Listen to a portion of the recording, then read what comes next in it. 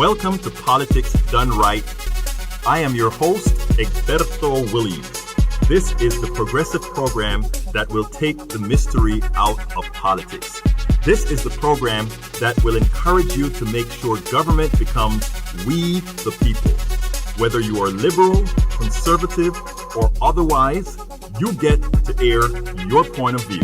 Remember, you can also send me a tweet to EGBERTOWILLIES. That is, at Egberto Willies. Let us engage. It is politics done right. 1, 2, 3, 4. Well, folks, welcome to one more edition of Politics Done Right. I'm Egberto Willies, your host. Thank you so kindly for being a part of the show. We are going to have a great show today. Did you hear the news? Michael Cohen, the lawyer, the personal lawyer of the president, and also the personal lawyer of several others that kind of got into some interesting picadillies, if you want, retained the services apparently, even though he said he doesn't retain the service, but he apparently is using the service of Michael Cohen. So Sean Hannity has now become a part of the deal. Does Sean Hannity have something to hide we don't know about? As you can see, I'm kind of cracking up here, and this is not really journalism. This is junk what I'm talking about at this point. We'll get into some real topics very, very shortly. I just thought that I needed to kind of have a little bit of fun in the beginning, because we know that these right wingers are the moralists of the world, and to see that to see how quickly they fall. And I'm not talking about my good right wing friends. I'm talking about those people that continuously try to effect policies that hurt our folk under moral grounds and under all these other kinds of grounds. So, it is interesting what's going on now. But we are going to have a great show for you today, my dear friends. We are going to have a great show today. We are going to talk about two things, and I like to call it. Well, I don't want to use those kinds of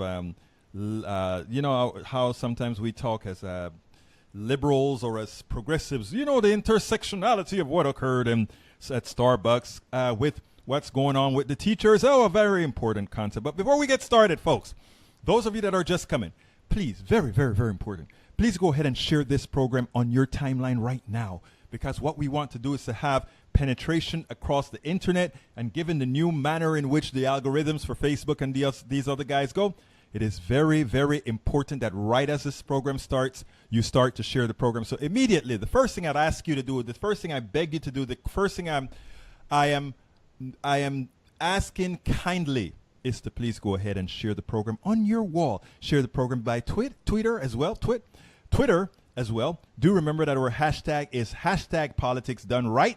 Very, very, very, very important, my dear friends. Also, do remember, before I lose you, this is a progressive show that always needs your support. I'm going to do this 3 times in the show. First time at the beginning, which I ask you to please go to patreon.com, patreon.com/politicsdoneright. If you are on the screen, you can see that link on the screen. And go ahead and consider being a subscriber to Politics Done Right. Again, that is patreon.com/politicsdoneright. It's on the screen there, and it's also within the link on top of this program. So I need you to share, and if you have the wherewithal, I need to ask you to keep Progressive Radio on the air. I'm going to make a few mentions of some important reasons why it's necessary to keep programs like ours alive, and I'll say that kind of during when I'm also doing the entrance into the program. Anyhow, today's program is titled Asserting Worth. Asserting Worth. Philadelphia Starbucks racial profiling and expanding teacher strikes. There is an intersectionality there, folks. Asserting worth. Very, very important for all. I don't care who you are. We have become a society where we have not asserted our worth. We have allowed our worth to be asserted through others. We have allowed a plutocracy to tell us what we are worthy of, what we deserve. And that is what this program is going to be about today. 2 incidents. Many people are going to be, when we get to the Starbucks incidents, I know there are many people, because I've gotten a whole lot of requests or a whole lot of commentary on both what I did at Daily Coast, what I did at egbertowillies.com, what I did at Op-Ed News. There are a lot of comments that said, the real story is they told those guys to leave, and they didn't leave, and that's why they got arrested. I get it. I get it. For those people who want to think that way, I get it, but we'll go through that later on. Anyhow, today's subtitle, America is in a fluid state. However, people are starting to assert their worth. And that should make us all happy, right? Because it is finally saying that we are coming to the realization that there ain't no country, slang, I know. There ain't no country without you. This country cannot exist with us all. No one has a preponderance of goodwill towards this country. Nobody cares about this country more than the other. Nobody is more worthy of what this country has to offer than any other.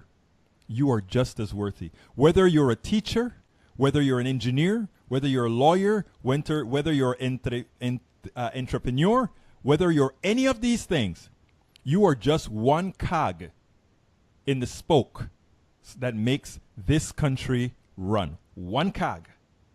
Without all the others. So nobody needs to be on their high horse about how important they really are to society, more so than they are. And notice I said more so than they are, because yes, there are people who have a certain level of importance with regards to what they're able to deliver. I understand that. But what I'm saying is we've got into a society right now in which some people think that they're worth so much more than the others that everything is done for the others. So, folks, let me tell you, that's not how one of the tenets of politics done right. One of the things I want to do with politics done right is not only talk to you about politics, not only tell you what's going on and give you an interpretation, most of the times a more viable interpretation than what you get on mainstream media, because they are restricted to what they can tell you. The other thing I would really like to impart on folk is worth.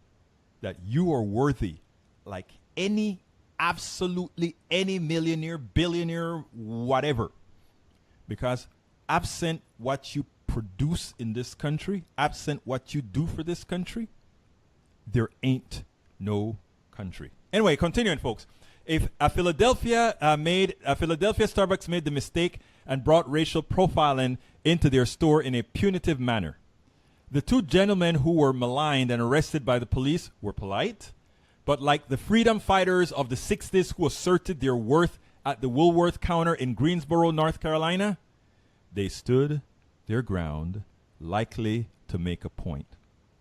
And then there are our teachers, the bastions of society, our teachers, not to be denied. Teachers asserting their worth throughout the country is gaining momentum. Mainstream media are timidly avoiding giving these strikes too much press. They probably figure the school year is almost done. The corporate masters don't want to glamorize these burgeoning labor heroes. After all, these teachers may be a catalyst to start right taxing the corporate slackers who continue to benefit from welfare by another name. In other words, look, the teachers have a point. The teachers are starting to rebel. The teachers are starting to say, this is my worth. The teachers are starting to say, you have to pay me what I am worth. You must pay me what I am worth. For the longest time in states like Texas, Oklahoma, Arkansas, West Virginia, the red states, we've constantly cut taxes. And we didn't cut taxes and say, okay, we're going to give businesses less breaks. We cut taxes, we gave businesses bigger breaks, and all that money had to come from somewhere. And those red states, in their infinite wisdom, where do you think that money came from? Education. Pay your teachers less. Put less into your schools. Do all these things that normally would lift up and make your state a better state. You get rid of all these things, and suddenly, oh, you can balance your budget, but you're balancing it on the backs of your students. You're balancing it on those. You're balancing your budget on your future. And you never, ever do that. Folks, please remember this is a call-in show. Give me a call at 646-716-5812. Again, that number is 646-716-5812. I would love to hear from some of you at any time. You can break into the show. In fact, you can change the direction of the show. What I've tried to tell everybody who listens to Politics Done Right is this show belongs to you. And I don't say that as rhetoric. I don't say that as, oh, it's a nice thing to say. This show belongs to you. Anybody listening to this show belongs to you. Before I go any further, I want to remind you, the newcomers that have just gone on, please do remember to share this show. Please remember to share it on your Facebook pages, your Twitter, your YouTube, everywhere that you can. Let's go ahead and get this stuff moving. Likewise, I'd like to remind you, folks, that this is a progressive show that needs your support. I'm asking you to please go to patreon.com/politicsdoneright. Again, that is patreon.com/politicsdoneright. Become a subscriber. Let's keep Politics Done Right and progressive media going forward. I'll give a little bit more of the reasons and some examples why it is so imperative that we support programs like ours. Again, folks, the telephone number is 646-716-5812. Anyhow, folks, the news feed. This is important, and then we'll move on to the blog of the week where we cover the Starbucks issue. But from the news feed, from Occupy.com, follow their 10-part series on public banking and economic justice. This is very important. Please go ahead and go to Occupy.com and follow their series. It's a 10-part series on public banking and economic justice. They're on part 2, but part 1 started as follows, and this is important. A lot of people don't understand the importance of why we really should have public banking. I wish after the 2008 crash that, in fact, we had federalized lending institutions for a particular reason. We could take a whole lot of the crap that goes on in lending completely out. The things that make it not only inefficient, make it dangerous, makes it risky. A lot of people are going to say, oh, let the free market. The free market really doesn't belong in lending either. But anyhow, here he goes. The free market has failed as a governing paradigm of material life. Whatever the case for local markets in their specific context, large-scale competition and hierarchy are destructive, trauma-inducing conditions for people and the planet. For centuries, people have pushed back against those competitive and hierarchical models, advocating and experimenting with cooperative and ecologically holistic economic visions. One of those visions is financial democracy, public or community control of the financial system itself. Recognizing that the generation and value of money are artificial and that how we pay for things is fundamentally a political question, advocates of financial democracy see banking, the power to lend money and to create value through the act of lending, as an enormous power. Such power should be democratic, not autocratic, subject to democratic control. It should be subject to democratic control. Hear that. Lending, something with that power, should be subject to democratic control and administration, where the body politic is committed to egalitarianism and sustainability. Banking could be a great public good. Public banking can help save the planet from apocalyptic climate change by financing a quick post-carbon transition. They can guarantee employment in communities, facilitate the payment of dividends directly to citizens as a form of universal basic income, and ensure that state and municipal budgets are always healthy. And I forgot to do some research for this particular thing at Occupy.com, but do remember that public banking exists all over, exists right here in the United States already. I think it's in one of the Dakotas, where all state revenues go into a public bank, and as such, they don't have all the charges that these banks charge them, and they have their choice of how to best lend their money for the social good of the community. There's nothing socially good about the private banking system. Remember, the sole purpose of private banking, the sole purpose of these privacy entities, are to satisfy the needs of a select few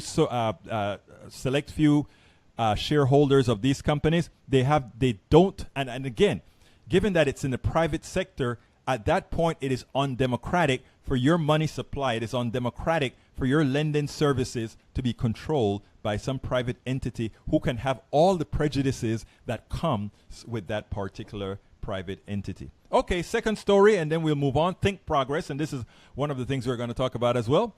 Colorado teachers joined others across the country in demanding more education funding and higher teacher pay on Monday. About 400 Colorado teachers decided not to come into school to attend a rally at the Capitol and lobby lawmakers.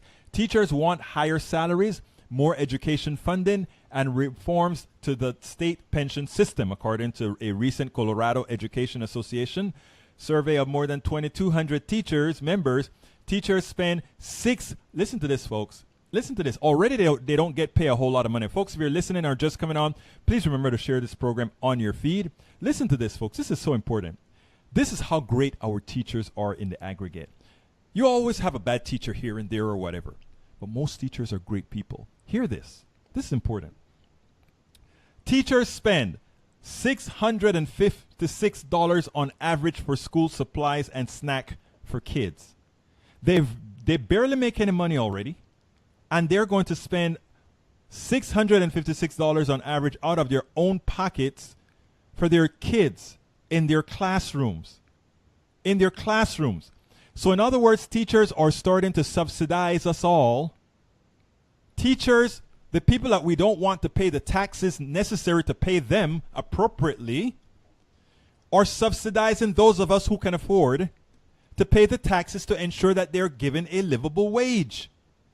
If something isn't wrong there, if you cannot see the immorality of that, the immorality of asking teachers out of their own pockets. And you know what was so funny? This is even worse. Before I finish reading the note here, what's even worse is the Republican Congress attempted.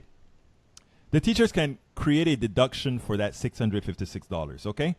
But they don't get it all back. I mean, if you're in the 10% bracket, you only get back $62 of that $65 of that $656. If you're in the 20% bracket, you only get back 20% of that 120, because it's your money you're using, and it's only a percentage that you're going to get back.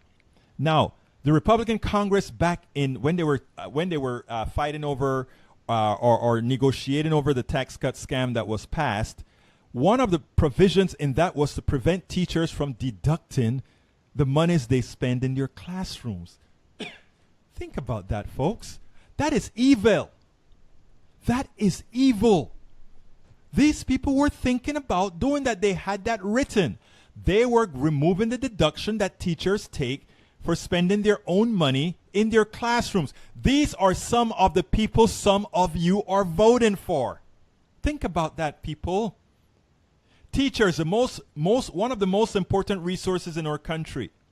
The people who move knowledge forward.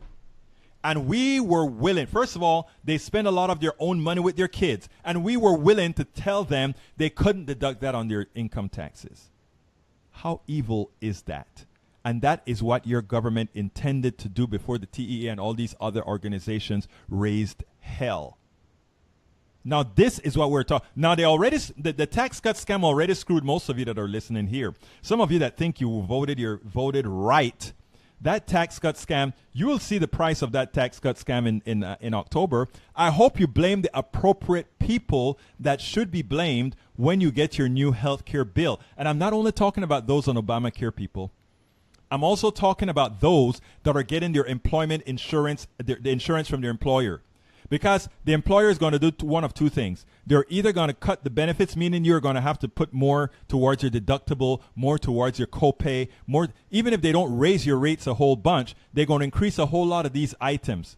But all of this is going to be the fault of the tax cut scam that made sure of several things. One, no longer is there a mandate. So they're an individual mandate. So the thing that says, let's make sure everybody's responsible. If you can afford to, you're going to buy your insurance. Because if you don't do that, it means I am going to take care of you when you get sick and go to that emergency room. I will do it. You will do it. You'll take care of all the slouches, folks. The folks who can afford insurance and don't buy, you'll be taking care of that. And you know what? Brother Trump in the tax cut scam and the Republicans said that was okay. They used to be the party of personal, they used to say they were the party of personal responsibility. So much for personal responsibility, right?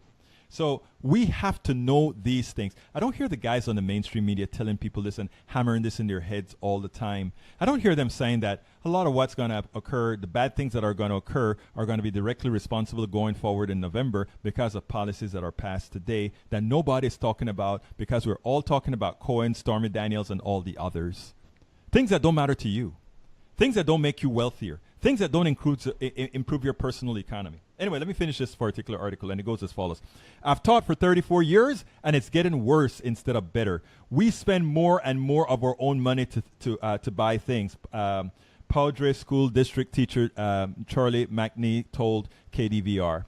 Englewood School District canceled Monday's classes since 150 teachers said they weren't coming into school. Teachers have also planned walk-ins in other areas of the state. Think about that. It's spreading. It is spreading. Teachers, and you have the support of Politics Done Right. And while the MSNBC and all these other stations, we would think that the stations like MSNBC and all these guys would be covering this story, covering the great work that you guys are doing all over the place, because you know what? This is a big story. You guys are starting something big. If you guys continue, we have about 6, 7, 8 more weeks of school left. If you guys are that catalyst of people saying, you're going to pay us what we're worth, you are going to pay us what we are worth, then people are going to start taking note. And then other industries will start taking note, and other people working other places where they are underpaid will start talking. They will start saying, you know what? We deserve more. You know what? You are going to pay us more. So that is where I said in several blogs past, in fact, on my front page on Daily Coast last week, teachers just may be the catalyst. You guys are important. You just may be the catalyst that gets things going, folks. And we need you so badly. But we're going to come back to teachers. But before we go any further, you know what time it is and what we need to talk about. You know what time it is, my friends. It's time for the weekly blog post.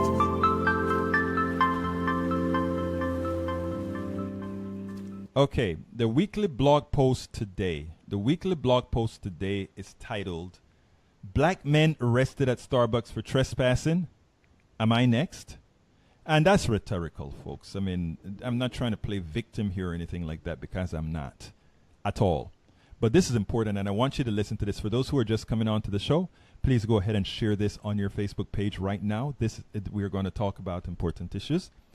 Okay, subtitle, a Philadelphia Starbucks joins the ranks of public entities, and I use sort of a hyperbolic term, right? Torturing black men. I meant, when I say torturing, of course, that torturing means in this case, it's a virtual torture. But here it goes. While sitting in my second office is actually Starbucks, I got the following tweet from a dear friend. Actually, this dear friend was my previous boss about 20-something years ago, and we've stayed in contact, and we go out to lunch, we go out to breakfast quite often. And here's one look. My dear friend sent me a tweet. Here's one to look into involving your favorite workplace. 2 black guys peacefully sitting down in Philadelphia Starbucks were arrested after employee apparently called the police because they hadn't ordered anything. Okay. At that point at Starbucks, I hadn't yet heard the story, so you know me, went ahead and started doing all my research and finding everything I could find online. The story is simple. Like other human beings, a couple of black guys sit down in a Starbucks waiting for a friend. I sit down in Starbucks all the time, right? At the time, they did not order anything. Of course, anyone frequenting the store knows many people come in and sit to cool off, warm up, or merely to use the free Wi-Fi. I mean, I'm not saying you should do that, but a lot of people do it. I go in there and I spend a lot of money at Starbucks, but I see a lot of people just come in there, sit down, meet somebody, and leave. Anyhow, Starbucks has the right. I'm not denying them that right. Starbucks has the right to ask anyone to leave their premises. But for obvious reasons, they don't. Most people are eventual patrons of anyway. Apparently, this time, an employee signaled out two black men as non-purchasing trespassers and called the cops. A simple incident escalated into an arrest.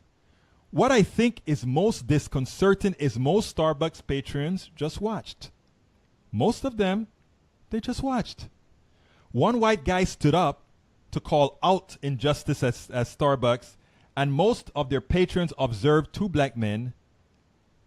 Rather, let me repeat that. Guys stood up to call out injustice at Starbucks, and most of their patrons observed two black men demeaned and abused for just being who they are.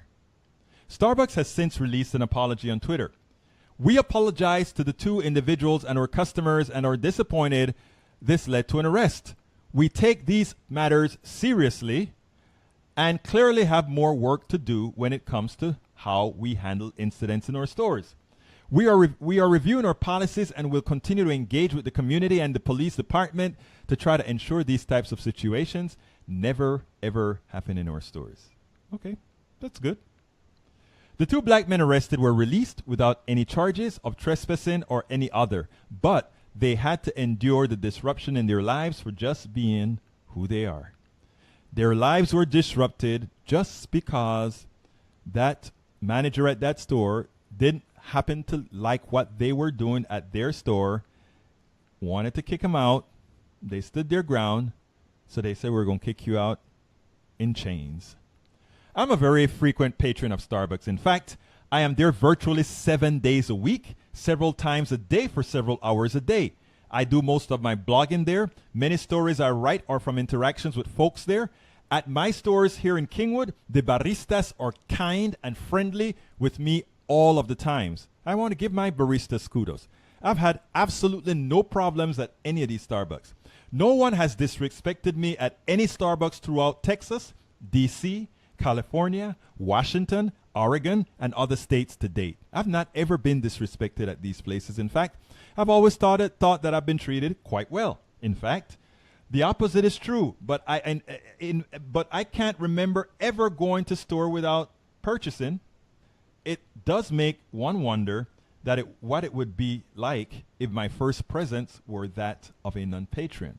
You know, when things like that happen, right? Like I said, every time I've gone to the store, I don't think I've ever gone into a Starbucks and not bought something. In fact, I've always felt, and this is just me, right? I've always felt a responsibility. Anywhere that I use Wi-Fi, even if I have to buy some gum, I buy it. Not because I have to or couldn't get onto the Wi-Fi. That's just how I am. But, if you're going to be there 5-10 minutes, why do that if you're a normal patron anyway? So this time you didn't buy anything. No big deal. But just the way I function, whenever I use somebody's Wi-Fi or anything from somebody, my first inkling is to pay. Now, that's it. The question was rhetorical. If my presence were at that of a non-patron, would they kick me out? What would they do at my own stores? Would they treat me as nicely if I wasn't a regular customer that they know and saw every day? I don't know. I can't even answer that, right? I can only postulate. I can postulate to see that I am there at these stores here in Kingwood. I am there 7 days a week, most of the times, and again, several hours a day. And all the interaction I see with these baristas and people in these Kingwood stores, and I'm telling you, I've been to all three of the Kingwood stores, and I've always, irrespective of who the people are, I've always seen them treat people right. I have yet to see them argue or anything. They've always been right with people, and I see people come in there, use the bathroom only, sit down only, and treat them right. So I look at that Philadelphia store as an aberration. So a lot of the people that are talking, boycott Starbucks, I'm like, no. Let's keep that for companies that really need to be boycotted, not Starbucks, okay? You go ahead and you boycott companies that are really, really doing things that are bad. Starbucks have enough positive as far as the way it treats all of its baristas, all of its employees, how it makes sure that they can get a college education, etc., and help out. So I am not going to be one of those that are hitting up on Starbucks. But what I do want to see is something done. The question was rhetorical. Employees of any corporation reflect society as a whole. I attempted to make that point in an article titled, Our Police is But the Reflection of Our Alter Ego, for those who think there is something special about police officers that should give them more dignity than the population at large. The reality is that it is all about policy. It is incumbent on companies to have strict policies that affirmatively protect all against discriminatory practices. One cannot control people's hearts. I don't want to control anybody's heart. I don't need to tell everybody, oh, I need you to love me. I don't care if you love me. I don't care what you think about me. And that's how all of us should feel. We should all hope that other people care about us, that other people like us, that we can deal with other people, but we should never be out there begging for love. We should never be out there begging for people to care. So, what am I trying to say here? One cannot control people's hearts, but a company can and must control their behavior from negatively affecting others. A company can and must control the behavior of employees through policy that even if you don't like me, because you work for a company that is in itself an entity unto its own right, because you work for that company, I don't care if you have to give that person that false smile. I don't care if you have to just say thank you and how are you doing or good morning to make it a pleasant experience for your customer. If you don't have it in your heart, the company should make sure it's cauterized in your head, because somebody spending their monies with you should demand the appropriate treatment from you. It's that simple. So what I'm saying, folks, Starbucks, what my concern about now is, where does Starbucks go from here with this one incident at this one store? And remember I said it may have happened at other places. I don't know. It has not, or I have not seen it happen at any of my stores here in Kingwood, the ones that I frequent out here. But this has happened at a store. It could have and may have happened at another store, and therefore policies need to be in place to prevent that from happening. I will give Starbucks, the corporation, the benefit of the doubt until I see how they resolve this. The employee who called the police must get his or her due discipline, at least fired at best, to make the point that discrimination is intolerable at Starbucks. Likewise, they must use this incident to expose the behavior of the cops. They must use their platform to highlight this dual injustice that is systemic. A progressive company like Starbucks can afford to do no less. I want to give hat tips to Melissa De Pino. Melissa De Pino is the person who originally brought this story out from the Starbucks. Apparently, she recorded it at the Starbucks in Philadelphia. Melissa, you did wonders with this story. And, of course, there's HuffPost, who kind of did some HuffPost Live, who was one of the first big rags to look it up and find out some more details. So, guys, good work on both parts. Look, I'm going to get off this Starbucks racial stuff and get back to the teachers in a minute, but I really need to say a few things here, because when I wrote this story, I also cross-posted it at Op-Ed News, and I cross-posted it at Daily Coast, and of course it's at my website, egbertowillies.com. And what I had was a whole lot of people who said, I jumped the gun when I wrote the story. I jumped the gun. It's not like I said anything new, but I jumped the gun is what they said. They said you should have waited to find out exactly what happened. And the thing about it is, I didn't need to know what happened. Right? And let me explain what I'm trying to say by this. The top line is what happened. The top line was these two people came in. They sat at a table. They wanted to use the bathroom. They said no because they weren't patrons. They continued to sit at the table because they were waiting on they were waiting on a client. The client had not yet arrived. The barista told them to leave the store. They knew that that wasn't common behavior at Starbucks in general, so they didn't leave. And the barista decided to call the cops. When the cops came in, these guys decided to take a stand.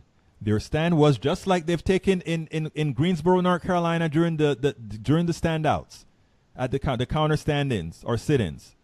They decided they were going to make a point. Go ahead and arrest us, guys, because you know what? You see that woman there? She was here without paying. They didn't bother her. You see that other guy? That guy came in here, didn't purchase anything. They didn't bother him. So therefore, why bother these two black guys? They made a stand.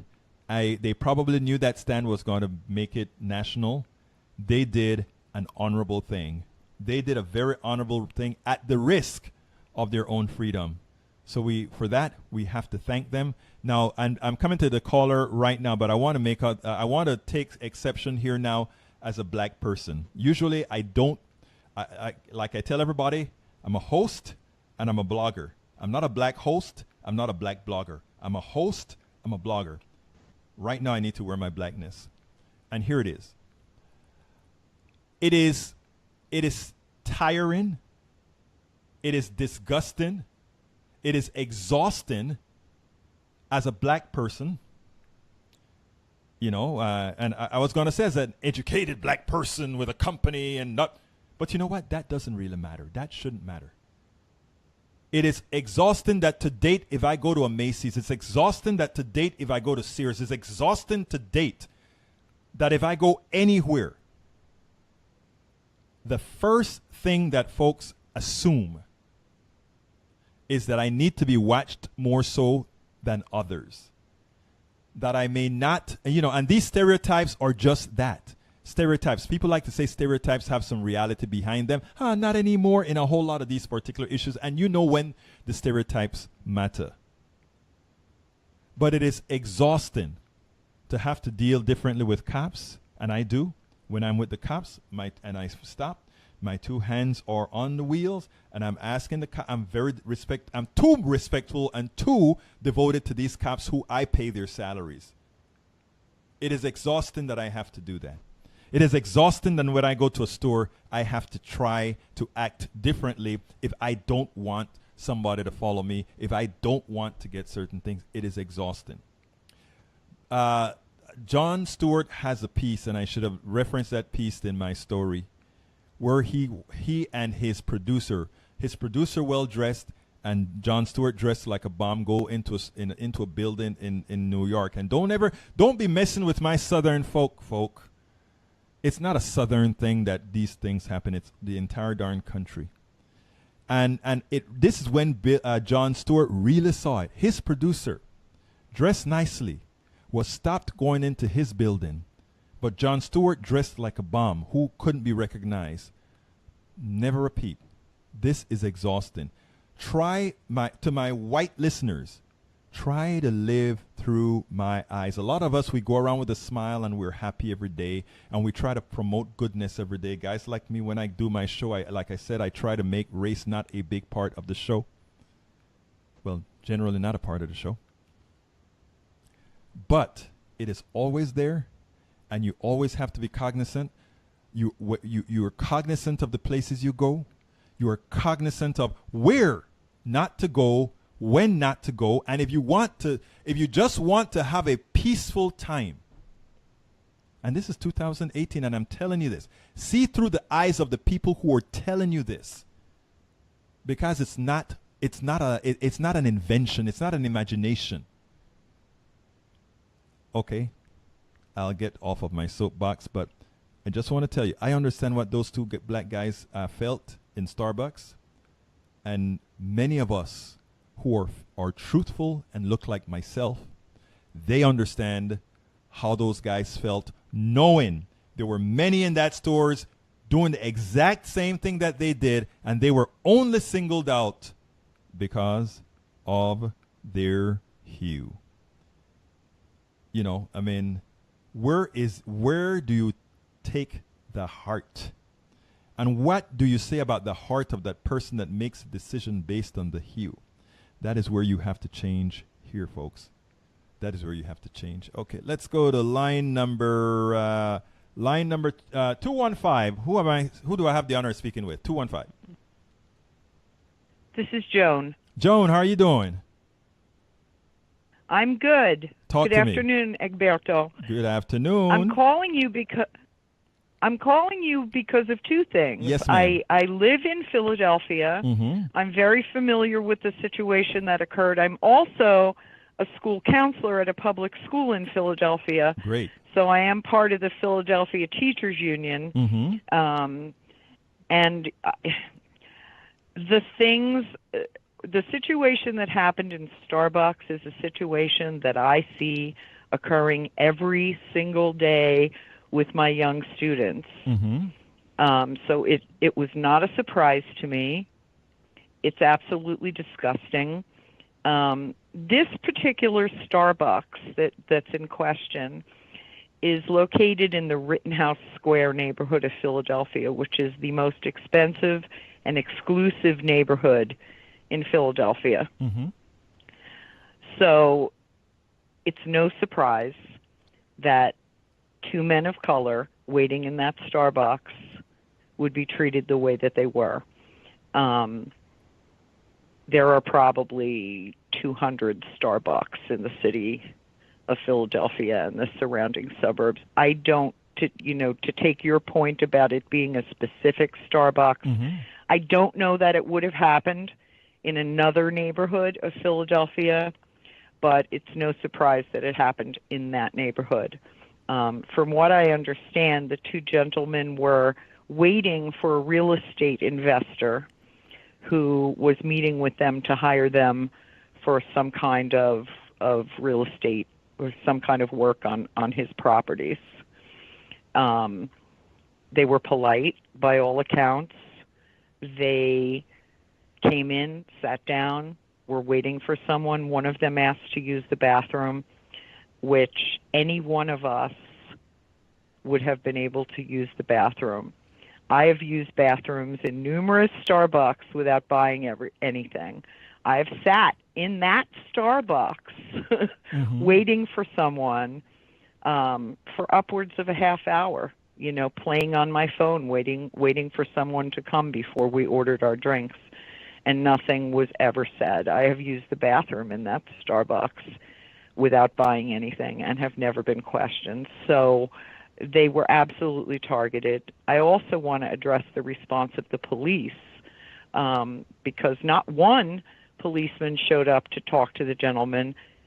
Two policemen showed up who called two more policemen who called two more policemen. There were 6 police officers who surrounded these men in the Starbucks. This was complete overkill. So, that's what it is. There are protests going on there now daily. With people of all hues protesting. It's an interesting racial situation in Philadelphia. There are high racial tensions, and it is mostly because, from my observation, I'm not a native, but I've lived here for about 20 years and worked here for about 20 years. Many of the neighborhoods in Philadelphia have always been very ethnic. There's the Italian neighborhood, there's the Irish neighborhood, there's the Polish neighborhood, and so forth. Most of the children of the generations that settled in those neighborhoods are not highly educated and work in service industries and are extremely racially prejudiced against African Americans, against Hispanics. We also have a large Puerto Rican and Dominican population in Philadelphia, and they are targeted on a daily basis also. What hurts my heart is your discussion of teachers. I probably spend upwards of $1,500 to $2,000 on my students every year because as a school counselor, I just don't have one classroom of children. I have the whole school. Right. And so I'm familiar with all of the kids who don't have any food when they go home and only get a school lunch. I have kids in my office every single day of the school year.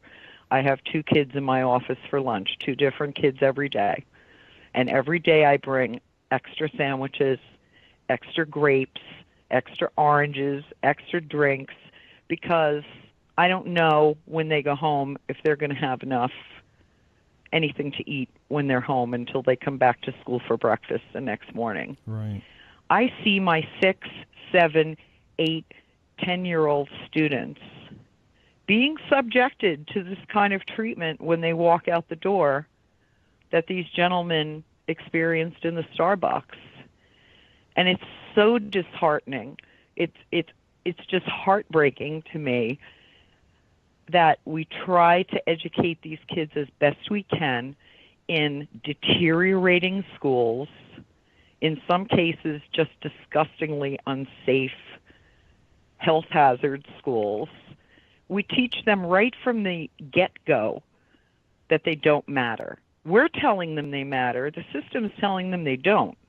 They're coming into a crumbling school every day. They're walking out the door, and at 6, 8, 10, 12 years old are being subjected to racial prejudice and the completely inequitable treatment in this city between white children and children of color. And then, you know, I see these gentlemen maybe in their early 20s, and there it is. They're adults. They're still being treated like this, no matter what they're doing, what kind of job they have, how educated they are, how uneducated they are. It doesn't matter, because all that barista saw was two black men sitting in her Tony neighborhood Starbucks and making assumptions that, you know what, they were going to pull out a gun, they were going to rob the store because they were waiting for someone. I don't even know how to express, and we were talking about this at school today, how heartbreaking it is to look at our little ones and know that this is the way that they're going to be treated in the world. Well, you know what, Joan, let me just say one thing. I'm going to, first of all, thank you for what you do. Politics Done Right, for the last few days, we've been just covering teachers. And the reason why is because I think what you're doing right now, teachers, with the strikes that are going on throughout the mostly red states right now, I hope it picks up more. I think it can be the catalyst of what needs to happen. But I think deeper than that is the narrative that you just provided, because it's not only about teaching, it's also about what you teach. And just listening to you, and by the way, I've heard quite a few teachers like you as well, who are the ones that are trying to do what's right, but they have a system that is holding them down. And then how you are trying to teach these kids how to move positively in the world, and the rest of the world is trying to tell them why they don't matter. That is a very important narrative that has to go with this all. Yes. So yes, look, absolutely. So, Joan, is there anything else that you need to add to this? And first of all, thank you for calling, and thanks for telling us this firsthand view of what's going on in Philadelphia. I follow you. I am very grateful for what you do. I'm spreading the word about you in Philadelphia. Thank you so kindly. Please keep doing what you're doing. It's very important. Thank you so kindly, Joan. And thank you for letting me vent. Look, let me tell you, you can come and vent on this show anytime, because your voice, and like I tell folks that call into this show all the time, this is what we are here for. Your voice is not heard on the networks because they don't want to hear your voice for very specific reasons. Hearing your voice means that the plutocracy has a hell of a lot of work to do, and they don't want to do that work that yes, you know they that do. they have to do. So thank you so kindly for calling, ma'am. Thank you. Bye-bye. Bye-bye. Anyhow, folks, was Joan great or what? Anybody else? Give us a call, 646-716-5812. Again, that number is 646-716-5812. And let me get to the, it's three, oh, wow. It's amazing how, when you're really covering substantive stuff, how fast time flies. But, you know, I am going to get to you guys. And, you know, even if for some reason I miss getting to you here, I always make sure. Every now and then, look, forgive me for the few times that I'm so busy getting ready for something else that I don't get to you. But most of the times when I leave here, I jump out to Starbucks and I go to start answering all your messages, because you know what, guys? You're the most important, man. And this is what we have. We are the ones, as Joan alluded to, we are the ones who have to keep this thing going. We are the ones who have to make the change, right?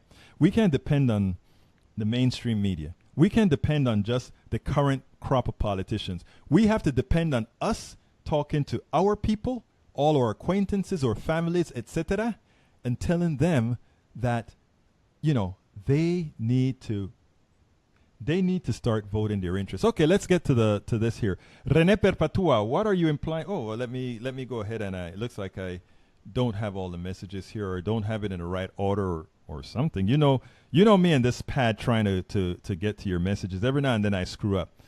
Well, I know. Somebody just said it. Not every day. Every now and then you screw up, Egberto. You always screw up when you're reading those things. Okay. Joan has a big heart. This is from Rene Perpetua. Joan has a big heart and is on the money. Exactly right. Michael Dean Newton about Joan. Fantastic caller. Rene Perpetua, who is a well, I don't know who you're referring to, so I won't say it, Rene. Maybe you expand on that for me. Bill Wiley Smith, Rene, seriously, he is talking about 45. What are you implying, Mike Cisak? I don't know where that conversation came from. Mike Cisak says, I have empathy for anyone who is not a racist, but it is called one by a leftist. I'm not sure what you're talking about either there, Senor Cisak. You may want to. Cisak is one of our conservative callers. I like Mike, but sometimes he concerns me with some of the statements he makes.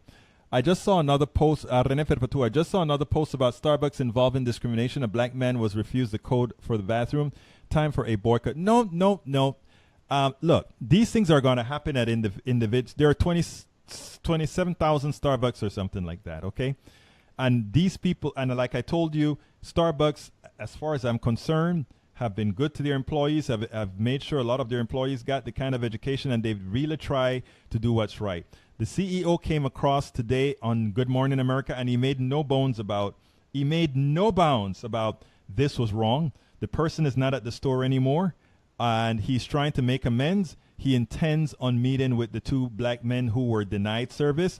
Look, this was an important event to occur because this is going to percolate throughout all the Starbucks around the country.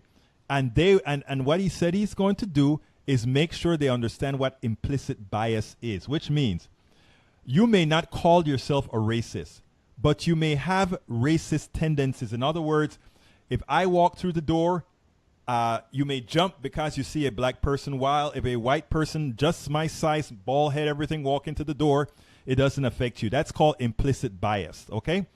We all suffer from that, and let me say something that's going to upset a few of my black brothers and sisters. Sometimes some black people have implicit bias against their own people of their own hue because of what society has done to us all. Okay? You only hear the truth here at Politics Done Right, folks. Only the truth. Only the truth. Impeccably only the truth. And if I make a mistake, I always correct it. Okay, Rene Perpetua. Teachers have also become targets for frustrated parents who no longer have the time to nurture and educate the kids because they have to work so many hours to survive. They expect the teachers to do it all: educate, parent, analyze, discipline. Rene Perpetua, perfectly so. And I bet Joan would tell. In fact, Joan told us that is exactly what she has turned out and had to do. She has to feed them. She has to nurture them. She has to give them the hope that in as much as when they go out there, they'll be treated wrongly, that they matter. That's a teacher for you. That is who we should be fighting for. That is who every parent that is listening to this show right now, when you hear about a teacher's strike, you should be out there with them. When you hear about the government cutting the budgets of education, you should remember your teachers. You shouldn't fall into this trap about the TEA is bad or the teachers union is bad or whatever. Forget about that. Let's think about the teachers. We should be on the front lines with the teachers. These are the people that take care of our kids sometimes more so than we do. Sometimes they are spending more hours with our kids than we are. Think about that. Bill McLeod, excellent points that you thank you so much. Thank you so kindly, Bill. Hi, Bruce. Good day. Okay, William McLeod, please tell me what the show is about today. The show is about, well, by now you know what it is, Starbucks, and what I called it was this was a fancy word, right? The intersectionality between what occurred at Starbucks and the teachers' strikes that are occurring right now, because I am so supporting, and, we're going to mention the teachers every single day going forward. I am going to try to get it into people's psyche that we need to help the teachers start the revolt that is necessary in this country. We need to start, and You know, the corporations are scared that people are going to form unions because they know when you form unions together, you can fight together. So they're doing all kinds of things. Card check they're trying to avoid in Congress. They're trying to do a whole lot of things to prevent the formation of unions. And, you know, the current Congress may prevent that from occurring. But here's the deal, folks. Here's the deal.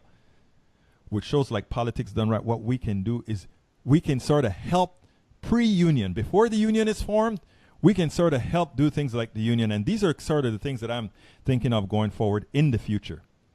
Called creating targeted strikes against certain types of industries. There are things like that that I'm thinking about getting coalitions together to arrange. In other words, while we can't ask everybody to leave, there are certain things I'm thinking about, and we're going to need a whole lot of help to institute things like this. I don't know how near term we can do it, but here's an example.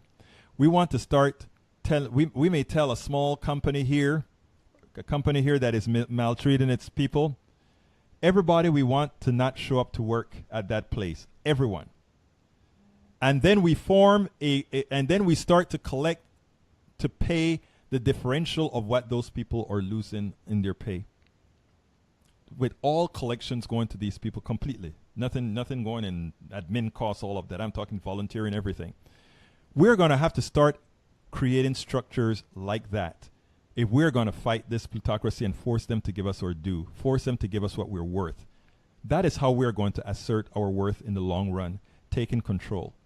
And one of the things that I hope to accomplish in the long run, this is going to take a whole lot of organizing, is to get a whole lot of politics done right and folks that are doing these type of shows together to activate people into doing things like this. You know, West Virginia was a good example. They had a union, but a good example of how working together and sticking to what. And when the plutocracy, in this case the government, which is run by the plutocracy in West Virginia, when they know that they have no alternative but to give in, they give in. And that is where we should take them all of the times. Let them know there's no alternative but to give in. Let's remember something, folks. Whenever this country wants to drop bombs and send cruise missiles, whether we say we're broke or not, we do it. Whenever this country has to invade a country, whether we're broke or not, somehow we find the monies, we do it. Well, right now we're in a crisis in the payments that we give to teachers and the amount that we pay teachers. Let's do it. I don't want anybody to say we can't find the money. I don't want anybody to say we overtax, because we're not. The teachers must get their due. The teachers, the people who take care of your kids, it's immoral for these guys to have to take all this money out of their own pockets and have a government that toyed around with not allowing them to deduct what they provide for free to their kids because the state won't and the parents can't. Folks, we can do better. We can do better. Before I close the show, we're about the end of the show. Please do remember, folks, this is a progressive show that does need your support. So I ask you, I plead with you to please go to patreon.com. You can click the link right here in the video, patreon.com/politicsdoneright.com. We need your support. Right now we have very few people, 30-something folk. We need hundreds to make this continuously viable. As I've always told you, I've told you before, I've done this. My company has been shuttering for over the last 6 years when I started doing this. Now, 8 years I think it is now. I can't quite remember how many years. Been so long as a full-time activist. And there was a time that the model that we used was simply advertising from my website, egbertowillies.com. We could do that. It was possible to do that. And never had to bother anyone and saying, let's have a subscription, which is very cheap subscription. But the plutocracy is at work. And, you know, you may say, oh, you're jumping to conclusion. No, the plutocracy is at work. Facebook, our Facebook has dropped our performance, our not only our traffic, but our income from Facebook, 90%. Same has occurred with search engines, Google. They've all changed their algorithms, and somehow it affects more so a lot of progressive groups, progressive shows like ours. If you go to some of these sites like Talking Points Memo have a big screen. They're attacking us now, and they're asking for subscriptions as well. Just about all of these liberal rags now are asking for subscription for one specific reason. We've lost our base, which was the plutocracy was actually funding us, right? Because they were advertising on our sites because they didn't know where they were advertising. Well, somehow now this has changed. So what we're asking, folks, if you want progressive media, if you want to hear the truth, if you want to hear stories, notice I ask you to do an example. Look at what's on MSNBC, the supposedly liberal station, CBS, NBC, ABC, and all these stations. The teachers are revolting throughout the country, more so than when the Tea Party were doing their little things here and there. And yet there's no coverage. That the teachers are revolting against their state, that schools are closing. They get mentions in their locale, and they get a few mentions on national TV here and there. The Tea Party starts to complain about taxes. They're on 24/7. That's the narrative they want to hear. They don't want to put out the narrative that people are starting to fight for what they're worth. People are starting to ask, look, pay me what I'm worth. Just like you have given the benefits to the corporations, pay us our due. We do a service. So I'm asking you to help us continue to do this. Help us to continue to promote stories that aren't necessarily promoted on the mainstream media, or not promoted sufficiently or in appropriate depth with the mainstream media. Please go to patreon.com, patreon.com/politics done right, and be a what we call a patron, be a subscriber to Politics Done Right. I promise you, when we get enough patrons, by then we'll have all our bumper stickers and we have all these other things. The books are the books I have, the books that I have for some levels who have the hard copy books. Those books were out of print and we're getting some more printed. So those of you who are getting it, you'll have the hard copy book, and of course we have the electronic copy books that we'll put out in the next month or so. Again, for the as I see it, class warfare, the only resort to right wing doom. But folks, please again stay with us. Make sure that this is this program continues, and please go ahead and go to patreon.com/politics done right. It's right there on a link right up top there, or you can just copy it from here and do it. My name is Egberto Willies. This is Politics Done Right, and I am out. You guys have a wonderful rest of the day.